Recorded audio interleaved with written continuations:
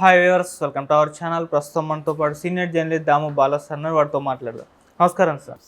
Sir, Pawan Kalyan గారు కర్ణాటకకి Kumki elephants కోసం మనం వెళ్ళడం చూస్తాం సార్. అంటే చిత్తూరు, పార్వతీపురం ఈ ప్రాంతంలో ఏనుగుల బెడద ఎక్కువగా ఉంది, రైతులు ఇబ్బంది పడుతున్నారు, వీటిని తరమాలంటే కుంకి ఎలిఫెంట్స్ కావాలి అని చెప్పేసి ఆయన వెళ్ళారు. అయితే ఇప్పుడు చర్చ మొదలైంది సార్, ఏంటి కుంకి ఎలిఫెంట్స్, వీటి వల్ల ఏనుగులను ఏ విధంగా తరుముతారు, వీటికి ఏ విధంగా ట్రైనింగ్ ఇస్తారని చెప్పేసి మరి వీటి గురించి డీటెయిల్స్ ఏమైనా ఉన్నాయి సార్? పవన్ కళ్యాణ్ కర్ణాటక వెళ్ళాడు. అక్కడ అటవీ శాఖ మంత్రి ఆయన్ని కలిశారు.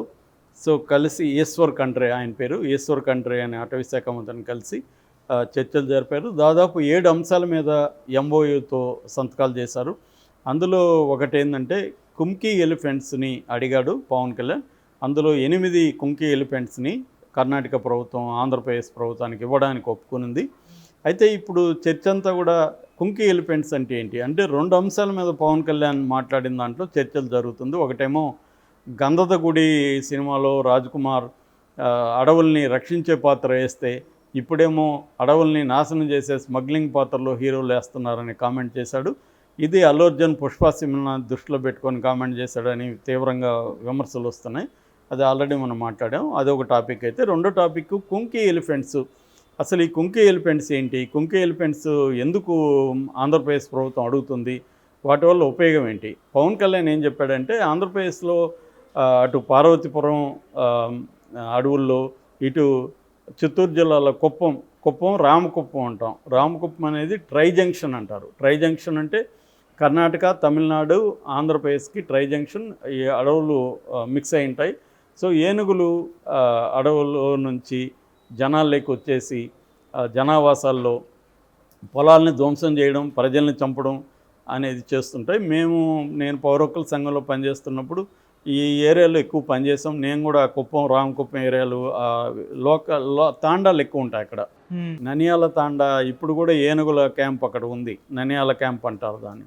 అలాగే అక్కడంతా కూడా ఏంటంటే అడవులు, దట్టమైన అడవుల్లో స్మగ్లర్స్ ఉండడం, లేకపోతే రకరకాల అటవీ ఉత్పత్తుల్ని వేటగాళ్ళు వెళ్ళడం, దానివల్ల అక్కడ వాళ్ళకి డిస్టర్బ్ అయ్యి, రెండోది అనేక అడవుల్లో పరిశ్రమలు కూడా స్థాపిస్తున్నారు, రోడ్లు వేస్తున్నారు. ఆ డిస్టర్బెన్స్తో అవి ఇటు వస్తున్నాయి ఆహారానికి. సో ఈ ఆహారానికి వచ్చి వీళ్ళ మీద పడుతున్నాయి మనుషులు. మేము అప్పుడు ఏనుగుల రాజ్యం అనే ఒక బుక్లెట్ కూడా తీసుకొచ్చామన్నమాట, ఏపీ సేల్స్ తరఫున, పౌర హక్కుల సంఘం తరఫున. సో ఈ ఏనుగులు వచ్చి దాడులు చేయడం, పంట నష్టము, మనుషుల్ని ఇది. ఏనుగుల్ని కానీ ఏమన్నా చేస్తే మాత్రం వీళ్ళ మీద అటవీ చట్టం కింద ప్రజల్ని అరెస్ట్ చేస్తారు. అప్పుడు మనిషి ముఖ్యమా, ఏనుగు ముఖ్యమా అన్న చర్చ కూడా నడిచిందనమాట. అలాగే అది ఎప్పటి నుంచో ఉంది, కొన్ని దశాబ్దాల నుంచి ఏనుగుల ప్రాబ్లం కుప్పం ఏరియాలో ఉంది. అట్లాగే పార్వతీపురం ఏరియాలో కూడా ఉంది. అయితే ఇప్పుడు ఏనుగుల్ని గ్రామాల్లోకి వస్తున్న వాటిని తరమాలంటే మామూలుగా డప్పులు కొట్టడం, ప్రజలు పెద్ద పెద్ద గావు కేకలు పెట్టడం, పెద్ద సౌండ్ వచ్చేట్టుగా ఇప్పుడు ఈ మధ్య యాంప్లిఫైర్లు పెట్టడం, ఇవన్నీ కొంత చేస్తున్నారు. అయితే దానికి సరిపోవట్లేదు. కొన్ని ఏనుగులు అలవాటు అయిపోయి వీటికి కూడా డప్పులు కొట్టినప్పుడు బిగినింగ్లో భయపడతాయి. అవి మెల్లగా అవి కూడా అడ్జస్ట్ అవుతాయి, అలవాటు అవుతాయి. ఇదేదో వీళ్ళు చేస్తున్నారులే అని మెల్లగా అవి అలవాటు అవుతాయి. అందువల్ల పోవట్లేదు. సో దాంతో ఏం చేయాలంటే కుంకి అనే ఒక కాన్సెప్ట్ తీసుకొచ్చారు. కుంకి అనేది పర్షియన్ వర్డ్. కుంకి అనేది మళ్ళీ మలయాళంలో పాపులర్ అయింది. తమిళ్లో ఒక సినిమా కూడా కుంకి అనే సినిమా కూడా వచ్చింది. కుంకి అంటే ఏంటంటే ఏనుగు మన సంరక్షణలో ఉంటుంది, మనం చెప్పినట్టు వింటుంది. ఇతర ఏనుగులు దాడి చేసినప్పుడు ఈ ఏనుగు ఫైట్ చేస్తుంది, ఫైట్ చేసి వాటిని తరిమేస్తుంది. కుంకి ఏనుగులు మెయిన్గా మగ ఏనుగులనే తీసుకుంటారు. ఎందుకంటే మగ ఏనుగులు ఒంటరిగా తిరుగుతుంటాయి, ఆడ ఏనుగులు గుంపులుగా ఉంటాయి, పిల్లలు వ్యవహారం ఉంటుంది. ఆడ ఏనుగులే దాడులు ఎక్కువ చేస్తాయి, ఎందుకంటే అవి గుంపులుగా వచ్చి దాడులు చేస్తాయి. మగ ఏనుగులు ఒంటరిగా ఉంటాయి. అందువల్ల ఒంటరిగా ఉండే ఏనుగును మచ్చిక చేయడం ఈజీ, గుంపులో ఉండే తీసుకొని వచ్చి ఏనుగును మచ్చిక చేయడం కష్టం. రెండోది మగ ఏనుగు డామినెంట్గా ఉండి ఫైటింగ్ బాగా చేయగలుగుతుంది. సో అందుకని వీళ్ళు ఏం చేస్తారంటే ఈ వైల్డ్ ఏనుగును పట్టుకుంటారు, కొద్దిగా చిన్నగా ఉన్నప్పుడు పట్టుకొని వాటికి ట్రైనింగ్ ఇస్తారు. ఎక్కువగా స్పర్శతో ట్రైనింగ్ ఇస్తారు. అంటే ఫర్ ఎగ్జాంపుల్ ఇప్పుడు ననియాల ఏనుగుల క్యాంపు 2006లో ఏర్పడింది కుప్పం దగ్గర. అందులో 2 కుంకి ఏనుగులు ఉన్నాయి. ఒకటి దాని పేరేమో జయంత్ అని పేరు పెట్టారు, రెండోదికి వినాయక్ అని పేరు పెట్టారు. ఈ జయంత్కి ఏమో 54 ఏళ్ళు, వినాయక్కి 58 ఏళ్ళు. ఈ రెండింటి గురించి మావట్లు కొంత విషయాల్ని టీవీ ఛానల్తో పంచుకున్నారు. సో వాళ్ళు మావటి వాళ్ళు కూడా కర్ణాటక వాళ్ళే, ఇప్పుడు ఇక్కడ ఈ జయంత్కి వినాయక్ ఉన్నవాళ్ళు. వాళ్ళు ఏం చెప్పారంటే, మేము బాగా రెగరస్ ట్రైనింగ్ ఇస్తాం, వీటికి కొన్ని విటమిన్లు ఫుడ్ అవి కూడా పెడతాము స్ట్రెంగ్త్ కోసం, కొంత నేచురల్గా వాటిని వదిలేస్తాం అడవుల్లో, అవే పోయి ఆహారాన్ని తీసుకొని తింటాయి, మళ్ళీ ఈవినింగ్ వస్తాయి, తర్వాత మేము కూడా కొంత పెడతాము. సో మేము ఎలాంటి ట్రైనింగ్ ఇస్తామంటే, ఎగ్జాంపుల్ చెప్పాడు, చెవి ఉంది, ఆ చెవికి వీళ్ళ కాలు తగిలిస్తే ముందుకు పొమ్మని అర్థం, చెవి వెనకాల తొడతో కొడితే వెనక్కి రమ్మని అర్థం, ఈ రెండు చెవుల మధ్యలో గట్టిగా నొక్కితే ఆగిపోమ్మని అర్థం. ఇలాంటివి వాటికి అలవాటు చేస్తారు, అలవాటు చేసి అవి వాటిని ట్రైన్ చేస్తారు. ఇప్పుడు ఈ గుంపులుగా వచ్చిన వాటి మీద దీన్ని ఈ రెండింటిని ఒక్కసారిగా వదులుతారు. ఓకే, వీళ్ళు కూడా పైన కూర్చుంటారు. సో వదిలితే ఇవి పోయి అటాక్ చేసి వాటిని తరిమేస్తాయి. కాబట్టి గుంపుల్ని తరవడం ఈ కుంకి ఎలిఫెంట్స్కి ఈజీనే, కానీ ఒక్కోసారి సింగిల్ ఎలిఫెంట్స్, మేల్ ఎలిఫెంట్స్ వస్తాయి, వాటితో కష్టం అంట. ఎందుకంటే అవి రోగ్ ఎలిఫెంట్ అంటారు, అంటే అవి గుంపులో గలవకుండా వైల్డ్గా ఉంటుంది ఆ ఎలిఫెంట్. ఆ ఎలిఫెంట్ని డీల్ చేయడం చాలా కష్టం. ఆ వైల్డ్ ఎలిఫెంటే ఎక్కువ మందిని చంపేది కూడా, ఈ రోగ్ ఎలిఫెంట్. సో ఈ రోగ్ ఎలిఫెంట్ని ఈ కుంకి ఎలిఫెంట్ వెళ్ళి ఢీకొంటుంది, ఢీకొని ఇది కొట్లాడుతుంది, దాంతో కాసేపు కొట్లాడి దాన్ని తరిమే వరకు రాదంట. ఇది అంత పట్టుదల దీన్ని నేర్పిస్తారు వీళ్ళు. అంటే వీళ్ళు దాన్ని తరిమేసి కానీ అది ఎంతసేపు అయినా పోరాడి తరిమేసి వస్తుందన్నమాట. అందుకని దీనికి విటమిన్లు శక్తిగా ఉండాలని వీళ్ళకి పెడుతున్నారు. ఇది బేసిక్గా కుంకి ఎలిమెంట్ల కథ. అంటే మనకి ఈ 2 కుంకి ఎలిఫెంట్స్ ఉన్నాయి తప్ప సరిపోయే కుంకి ఎలిఫెంట్స్ లేవు. ఇవి ఒక ఏరియాలో ఆ ననియాల తాండా ఏనుగుల క్యాంపులు మాత్రమే ఉన్నాయి. పైగా వాటికి ఏజ్ కూడా అయిపోయింది. ఒక ఏనుగుకి సంవత్సరానికి 2.5 నుంచి 3 లక్షల ఖర్చు వీళ్ళు పెడుతున్నారు. అక్కడ అడవిలో ఉంటూ ఇంత ఖర్చు పెడుతున్నారు, దీని మీద స్పెండ్ చేయాలి, మావోట్లకి శాలరీలు ఇవ్వాలి.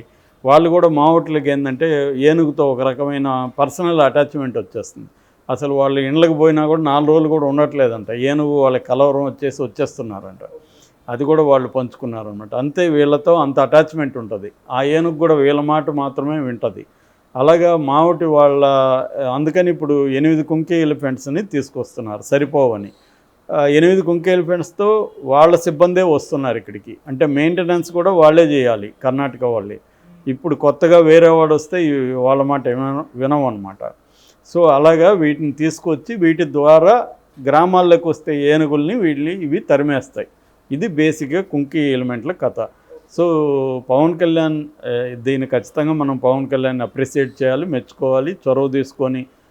ఎందుకంటే ఇది దశాబ్దాలుగా ఉన్న ఏనుగుల సమస్య. దీనికి ప్రధాన కారణమైతే దట్టమైన అడవుల్లో కంపెనీలు పెట్టడం కావచ్చు, మైన్స్ తవ్వడం కావచ్చు, మన నాగరికులకి అవసరమైన, మనం ఇక్కడ ఇళ్ళు కట్టుకోవాలి, కలప అక్కడి నుంచి తీసుకురావాలి, ఇట్లా రకరకాల యాక్టివిటీలు అడవుల్లో పోయి వీళ్ళు చేయడం వల్ల, అట్లాగే స్మగ్లింగ్, వీటి వల్ల దట్టమైన అడవులు, నిజానికి వాటి ప్లేసుల్లో నుంచి మనం వాటిని తరిమేస్తున్నాం. ఏనుగులు మన మీద దాడి చేస్తున్నాయంటే కారణం మనమే. మనం వెళ్ళి వాటి దట్టమైన వాటి నేచురల్ హ్యాబిటెట్ అంటారు, నేచురల్ హ్యాబిటెట్ని డిస్టర్బ్ చేయడం వల్ల అవి అనివార్యంగా ఆహారాన్ని ఎత్తుక్కుంటూ గ్రామాల్లోకి వస్తున్నాయి. సో దాన్ని అరికట్టకుండా పవన్ కళ్యాణ్ కుంకి ఎలిఫెంట్లను తీసుకురావడం వల్ల సరిపోదు. అసలు సమస్య కారణం తెలియదని అధికారులు ఈ పాటికి ఆయనకి చెప్పుంటారు, కానీ అది ఆయన అంత ఈజీ కాదు, అవన్నీ కంట్రోల్ చేయలేడు. ఎందుకంటే డెవలప్మెంట్ని నువ్వు ఎలా ఆపుతావు? సో దాన్ని ఆపలేడు. కాబట్టి కుంకి ఎలిమెంట్స్ వచ్చిన ఏనుగుల్ని తరిమే కార్యక్రమం మాత్రమే పవన్ కళ్యాణ్ చేస్తున్నాడు. ఓకే, అప్పటికి కూడా మనం అప్రిషియేట్ అయితే చేయాలి, ఈ మాత్రం చొరవ తీసుకున్నాడని. కానీ అసలు ప్రాబ్లం అయితే సాల్వ్ కాదు. ఎందుకంటే దశాబ్దాలుగా ఏనుగులు వస్తూనే ఉన్నాయి. పౌర హక్కుల సంఘం దీని మీద, బాలగోపాల్ అప్పట్లో ఆయన నిరంతరం కుప్పంలో ఆయన తిరిగినన్ని ఊర్లు ఎవరు తిరుగుండరు. ఆయనే ఏనుగుల రాజ్యం బుక్ కూడా ఆయనే రాశారు. ఓకే, సో అప్పుడు ఆయన కూడా సజెస్ట్ చేసింది ఏమంటే, మూల సమస్యకి పరిష్కారం కనిపెట్టకుండా ఏనుగులను ఎలా తరమాలో మాత్రం ఆలోచిస్తే కుదరదు. ఎందుకంటే అవి వస్తూనే ఉంటాయి.